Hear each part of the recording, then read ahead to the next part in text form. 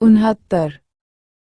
पाप पकने तक बच्चा शहद का आनंद लेता है, और जब वह पाप पकाता है तो बच्चा कष्ट भोगता है। जत्वन में बालो अज्ञानी यावत जब तक पाप का पच्यति विपाक परिपाक फल परिणाम न नहीं आता है सामने, तब तक वह उसे मधु के समान मीठा मंजती मानता है। और यदा जब पाप का पच्यति परिपाक फल सामने आता है, अथ तब बालो अज्ञानी दुःखं निगच्छति दुख का अनुभव करता है, दुखी होता है, पीड़ित होता है।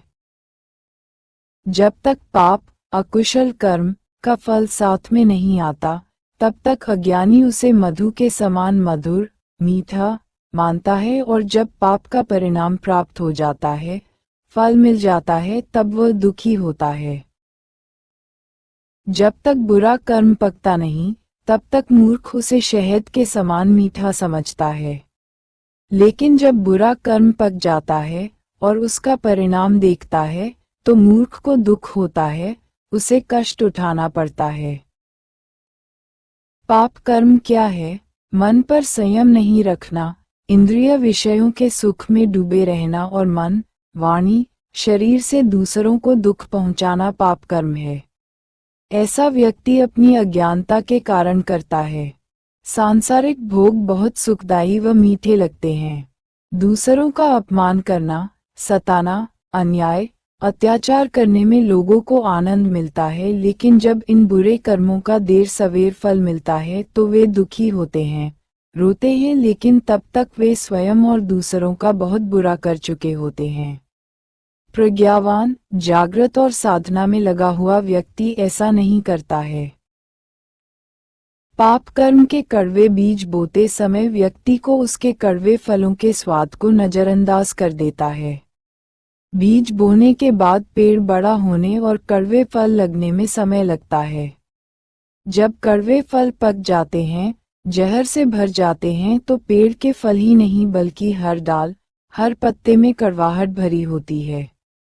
तब वह रोता, चिल्लाता है। फिर वह काल्पनिक शक्तियों को, किस्मत, समाज, शत्रु और दूसरों को कोसता है। अपने बुरे कर्मों को छुपाने के लिए दूसरों को दोष देता है, जबकि बीज उसी 70 कुसगा के साथ महीने दर महीने बच्चे को खाना खिलाना चाहिए। न सो संखद्ध कलग्धति सोलसिन लो अज्ञानी मनुष्य मासे महीने महीने पर कुग्गेन कुश घास के अग्रभाग से भोजन जेत खाए तो भी सो वह जो संखद्ध धम्म में शिक्षित है, सीखे हुए है, उसके सोलसिन कल 16वें भाग के अग्धति मूल्य का संतोष न नहीं पा सकता। यदि अज्ञानी मनुष्य महीने महीने भर कुशवास की बारीक नोक से भोजन करे, तो भी वह धम्म के जानकारों की निर्मल चेतना के 16वें भाग की बराबरी भी नहीं कर सकता। मूर्ख व्यक्ति चाहे महीने दर महीने घास की एक पत्ती की नोक से भोजन करता रहे, कठोर तप करता रहे, फिर भी वह उन लोगों के 16वें हिस्से के बराबर भी नहीं है, जिन्होंने सत्य को समझ लिया है। सत्य का ज्ञान, तृप्ति, संतोष, शांति, परम सुख शरीर को कष्ट देने वाली कठोर तपस्या से नहीं मिलते। सत्य का ज्ञान ध्यान, साधना और इंद्रिय संयम से मिलता है। अज्ञानी, असावधान और अहंकारी व्यक्ति कर्मकांड, उपवास, अग्नि से तपने, सर्दी में तालाब के ठंडे पानी से स्नान करने, जटा बढ़ाने, उल्टा लटकने, भूखा रहने, नंगा रहने आदि जैसी शरीर को कष्ट देने वाली तपस्या से सत्य नहीं मिलता है। तथागत कहते हैं, 2 अतियों से बचो, संसार को भोगने और त्यागने की अति, मानव कल्याण और सुख शांति के लिए मध्यम मार्ग अर्थात बीच का रास्ता ही एकमात्र उपाय है। स्वयं सिद्धार्थ ने सत्य को पाने के लिए 6 साल तक शरीर को कष्ट देने वाली तपस्या ही की थी, लेकिन कुछ भी हासिल नहीं हुआ, उल्टा शरीर सूखकर कंकाल जैसा हो गया। आखिर में भोजन करने से शरीर को ऊर्जा मिली और ध्यान साधना से एक दिन बोधि प्राप्त कर बुद्ध बने। कुछ घास की नोक बारीक होती है, उस पर नहीं के बराबर भोजन की मात्रा टिक पाती है और इसी से महीने महीने भर भोजन करना शरीर को कष्ट देना है। ये शरीर को दुख देने की अति है। यह मुक्ति का मार्ग नहीं है, निर्वाण प्राप्ति की साधना नहीं है। ऐसी अज्ञानता तो मनुष्य की बर्बादी के लिए काफी है। शरीर को कष्ट देने के हठ, अहंकार, प्रमाद से कुछ नहीं पाया जा सकता, सिवाय निराशा और दुख के।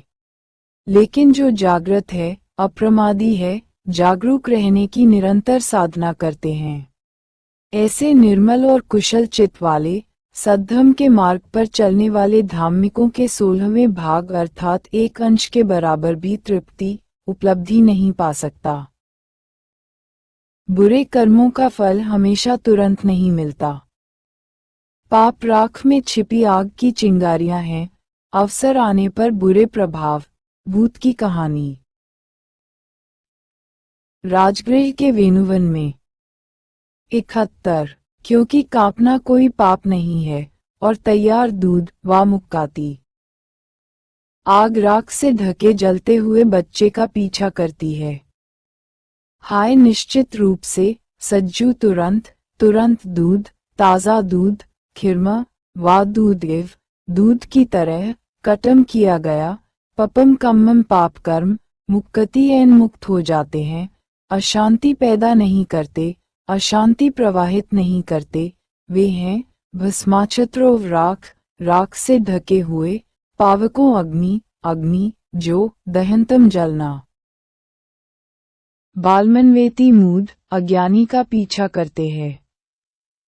जैसे ताजा दूध शीघ्र जमकर दही नहीं बन पाता, उसी तरह किया गया पाप कर्म हमेशा शीघ्र ही अपना फल नहीं देता, लेकिन वह राख से ढकी आग की तरह जलता हुआ रहता है और पाप कर्म करने वाले मनुष्य का पीछा करते हुए दुख, चिंता और अशांति का फल लाता है। सचमुच किया हुआ बुरा काम तुरंत फल नहीं देता, जैसे दूध तुरंत खट्टा नहीं हो जाता, परंतु वह सुलगता हुआ राख में छिपी हुई कोयलों की आग की तरह मूर्ख के पीछे पीछे चलता रहता है। तथागत कहते हैं किसी भी गलत काम का नतीजा तुरंत नहीं मिलता है, जैसे कि ताज़ा निकाला गया दूध जल्दी ही दही नहीं बनता है, उसमें समय लगता है। कभी कभी तो बुरे कर्मों का फल मिलने से बहुत लंबा समय लग जाता है। व्यक्ति उनके कारण और परिणाम को ढूंढकर समझ नहीं पाता है। किसान अपने खेतों में बीज बोते हैं, वर्षा होने पर बीज अंकुरित होते हैं और बड़े होने पर फसल पकती है। बीज बोने के बाद यदि बरसात नहीं होती है या जमीन उपजाऊ नहीं है तो बीज जल्दी अंकुरित नहीं होते हैं और मिट्टी के अंदर दबे रहते हैं। जब भी वर्षा और अन्य अनुकूल वातावरण मिलता है तो बीज अंकुरित होकर बड़े हो जाते हैं। इसी तरह मनुष्य के अवचेतन मन में भी राग, द्वेष, मोह, क्रोध, घृणा, हिंसा, ईर्ष्या, अहंकार आदि विकारों, पाप कर्मों के बीज जमे हुए, दबे हुए रहते हैं। ये विकार राख में छुपी आग की चिनगारी की तरह दबे रहते हैं और आसपास के माहौल में बाद में ज्यों ही परिस्थिति इनके अनुकूल होती है, ये सुलगकर विकराल रूप धारण कर लेते हैं, जिसका परिणाम हमेशा बुरा ही होता है। ऐसे कड़वे फलों को पाकर व्यक्ति दुख में विलाप करता है। मूर्ख का ज्ञान उसके ही अनर्थ के लिए होता है। ज्ञान और प्रसिद्धि मूर्खों को बर्बाद कर देते हैं, दुष्ट अपना सिर फोड़ लेता है। 60 कूट वाले प्रेत की कथा।